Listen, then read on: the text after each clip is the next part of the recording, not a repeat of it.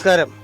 ആശ്രയ സമ്മാന പെരുമഴ സീസൺ 2 എന്ന മെഗാ പദ്ധതിയുടെ ഭാഗമായിട്ടുള്ള നിങ്ങൾക്കറിയാം 120ഓളം പേര് ഓൾറെഡി ഇന്നേ നിമിഷം വരെ രജിസ്റ്റർ ചെയ്തിട്ടുള്ളതാണ്.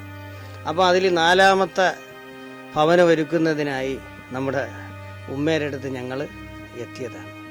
പക്ഷെ പുറമേ നിന്ന് കണ്ടാൽ നമുക്ക് തോന്നും ഇതൊരു അടിപൊളി ഒരു നില വീടാണെന്നാണ് നമുക്ക് തോന്നുന്നത്. യഥാർത്ഥത്തിൽ ഇതിൽ മനുഷ്യജന്മം കിടന്നുറങ്ങുന്നു എന്ന് പറഞ്ഞാൽ ആ പടച്ചറപ്പയുടെ കടാക്ഷം കൊണ്ട് മാത്രമെന്നാണ് എനിക്ക് പറയുവാനുള്ളത്. എന്തായാലും ഇവിടുത്തെ ഈ ഒരു അവസ്ഥയും ഈ ഉമ്മയുടെ കാര്യങ്ങളും നിങ്ങളുടെ മുന്നിൽ ഞാൻ എത്തിക്കുകയാണ്. എന്തൊക്കെയുണ്ട് ഉമ്മ ഇവിടുത്തെ അവസ്ഥയും കാര്യങ്ങളൊക്കെ എന്തുണ്ട്?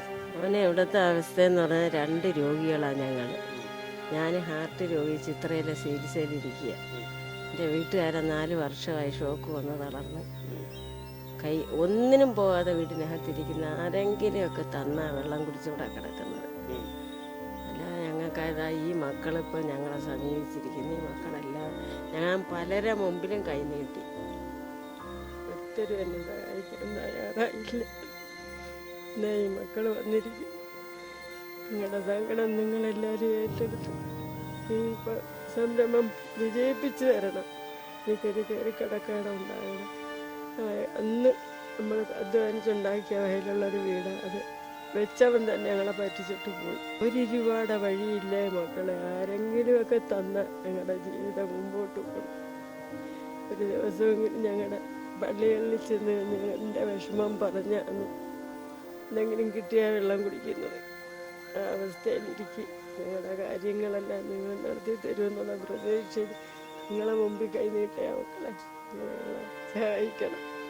അത് തന്നെ ഉമ്മ, ഈ ഒരു വീട് ഇപ്പോൾ കണ്ടാൽ കുഴപ്പമില്ലാത്ത തോന്നും. യഥാർത്ഥത്തിൽ ഈ വീടിൻ്റെ പ്രശ്നങ്ങൾ എന്തൊക്കെയാണ്? വീട് മൊത്തം ഇരുപ്പായി അവിടെ വെടിച്ച് മഴ വന്നു കഴിഞ്ഞാൽ എല്ലാ ലൈറ്റും ഓഫാവും. വെള്ളം മൊത്തം അകത്തിറങ്ങും, മുകളിൽ നിന്നിറങ്ങും. ഈ വയറിങ് എല്ലാം പോയിരിക്കുക. വയറിങ്ങിനകത്ത് നിന്നാണ് ഈ വെള്ളമൊക്കെ ഇറങ്ങി ഓരോ ലൈറ്റും അടിച്ചു പോവുകയും ചെയ്യും. ആ പരിസരത്തോട്ട് പോകാനൊക്കത്തില്ല, ഷോക്ക് അടിക്കുക. ആ കണ്ടീഷനിൽ ഇരിക്കുക. ഈ വെയിൽ അതിനെക്കൊണ്ട് ഇത്രയും ദിവസം പിടിച്ചു തന്നില്ലെങ്കിൽ എന്തെങ്കിലുമൊക്കെ ഇവിടെ സംഭവിച്ചേനെ. പടച്ചവൻ തൊട്ട് കാത്ത്. എന്തായാലും നമ്മുടെ പ്രിയപ്പെട്ടവരായ നമ്മുടെ സഹോദരങ്ങളായ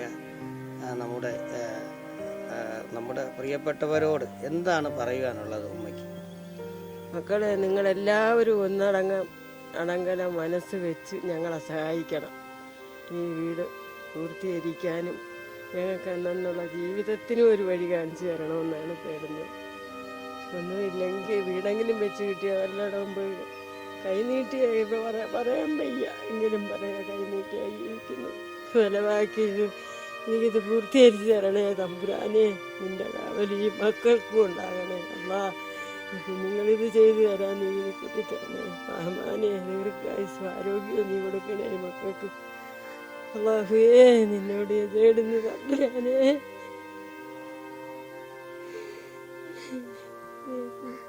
നാട്ടു കൊണ്ടെത്തിച്ചു തന്നതാ, അടച്ചവ കൊണ്ടെത്തിച്ചു തന്നതാ അല്ല. അല്ലാതെ ഈ മക്കളെ എനിക്ക് അറിഞ്ഞുകൂടാ. എവിടെ ഏതോ സ്ഥലത്തുനിന്ന് വന്നവരാണേ അല്ല. ഈ കാര്യം നിറവേറ്റി തരണേ റഹ്മാനെ. അവർക്ക് ദീർഘായുസ്സും ആരോഗ്യവും കഴിക്കും കാനും ആരോഗ്യവും നീ കൊടുക്കണേ. അവരുടെ ദീർഘായുസിന് വേണ്ടി ഞാൻ എപ്പോഴും ഞങ്ങൾ നേടുന്നു. ഇതിൽ ഉൾപ്പെടുത്തിട്ട് ഇടുന്നവർക്ക് മൊത്തവും ഞങ്ങൾ 5 നേരം എന്തോ ആരക്കും തമ്പുരാനെ. അതോടൊപ്പം തന്നെ നിങ്ങളെ ഓരോരുത്തരുടെയും സഹായം, ആ സഹായം കൊണ്ട് മഴയ്ക്ക് മുമ്പ് ഈ ഒരു കുടുംബത്തിന് ഭവനം ഒരുക്കാനായി നിങ്ങൾ ഞങ്ങളോടൊപ്പം നിൽക്കും എന്ന പ്രതീക്ഷയിൽ നിർത്തുന്നു. നന്ദി, നമസ്കാരം.